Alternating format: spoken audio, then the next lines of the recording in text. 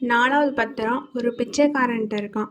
அவன் கோயில் வாசல்ல இருக்கான். அவன் கையில அதே பத்திரம். அவன் சொன்னான், "நான் இந்த பத்திரத்துல எழுதல. நான் இத கிழிச்சேன்." அவன் காட்டினான். அந்த பத்திரம் கிழிஞ்சிருக்கு.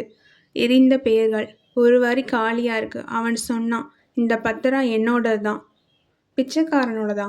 தெரியல. அவ யாருன்னு தெரிஞ்சுக்கணும்னா ஃபுல் ஸ்டோரியா பாருங்க. அமாவாசை இரவு.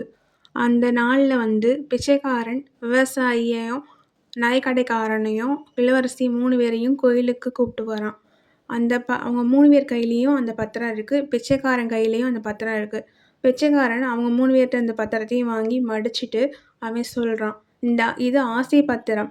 அரசனுடையது அல்ல, மனிதனுடையது." அவன் அந்த தீயில போறான் அந்த பத்திரத்த. பத்திரம் எரியும்போது ஒவ்வொருவரும் ஒரு விஷயத்தை இழந்தார்கள். விவசாயி பயம், நகைக்கடைக்காரன் பேராசை, இளவரசி மாயை, பிச்சைக்காரன் பெயர். இந்த கதையில நீங்க பார்த்தீங்கன்னா, விவசாயிக்கு நிறைய விளைச்சல் வந்துச்சு. அவன் அதை யாராவது எடுத்துட்டு போயிருவாங்களான்னு சொல்லிட்டு, இல்லைன்னா அடுத்து இதே மாதிரி விளைச்சல் வராதான்னு பயந்துக்கிட்டே இருந்தான். நகைக்கடைக்காரனுக்குன்னா, அவன் இன்னும் வேணும். அவன்கிட்ட இருந்த நகைகளே அதிகமாக இருந்துச்சு. ஆனால் இன்னமும் வேணும் வேணும்னு சொல்லிட்டு அவன் பேராசைப்பட்டான்.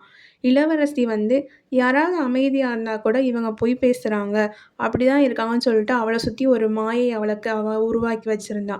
பிச்சைக்காரன்ட்ட இருந்த பத்திரத்துலனா அதில் ஒரு வரி காலியாக இருந்துச்சுன்னு நம்ம படித்தோம்ல, அது அவனோட பேர் தான் அதில் மறைஞ்சிருக்கும். அவனோட பேரை தான் இழந்தான். அந்த ஆசை பத்திரம் எரிந்தது. 4 பேரும் கோயிலேருந்து வெளியே போனாங்க. ஆனால் பிச்சைக்காரன் மட்டும் அந்த இடத்துல தான் இருந்தான்.